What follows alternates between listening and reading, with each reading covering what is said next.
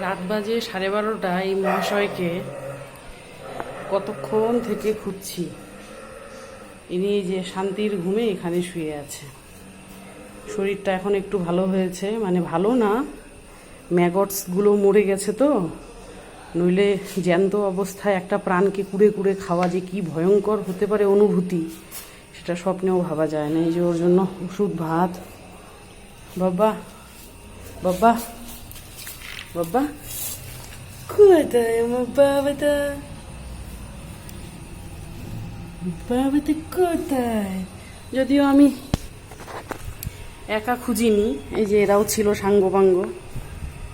এরা খুঁজে খুঁজে আমাকে আওয়াজ দিয়ে দিয়ে দেখিয়ে দিল যে এই মহাশয় উপরে আছে। না বাবা, খাইতে হবে না? এটা যে এত জোকের মতন হয়েছে রে বাবা রে, হয়েছে। আচ্ছা, আর এই যে ঘাড়ে উঠেছে, হয়েছে দিব, দাঁড়া, ওকে খাওয়ায়নি। আহা, একটু দাঁড়া বাবা।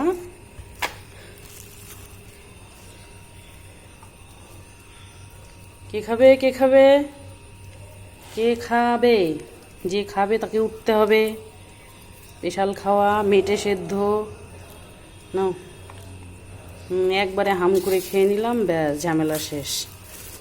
এই যে ওর ভালো ডায়েট দিতে হবে।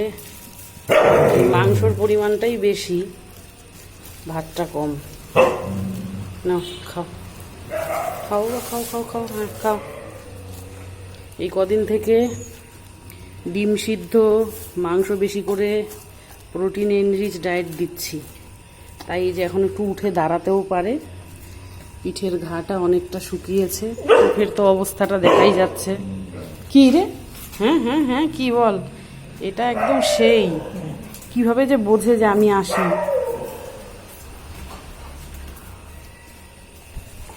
এটা লিচুতলা মার্কেট কমপ্লেক্স। এখানে আশেপাশে অনেক পশুপ্রেমী আছে, কিন্তু ওরা শুধু নামেই পশুপ্রেমী, কামে একদমই পশুপ্রেমী না। চোখের সামনে বাচ্চাগুলো পোকা খেয়ে খেয়ে মেরে ফেলছে, তবুও কেউ সাহায্য করে না।